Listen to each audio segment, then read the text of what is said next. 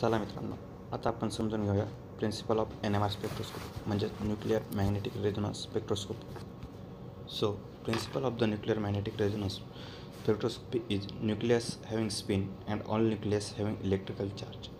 When it is placed in electrical magnetic field, it goes to lower energy level to higher energy level, and when it's come to ground state, it emits the radiation. This radiation is captured by detector and produce a NMR spectra. Nuclear magnetic resonance spectroscopy he technique electromagnetic field and electromagnetic फ्रिक्वेन्सीचा use करते, ज्यामुळे molecular स्ट्रक्चरचा study करू शकतो. हाय magnetic फील्डसाठी super conducting मॅग्नेटचा use केला जातो.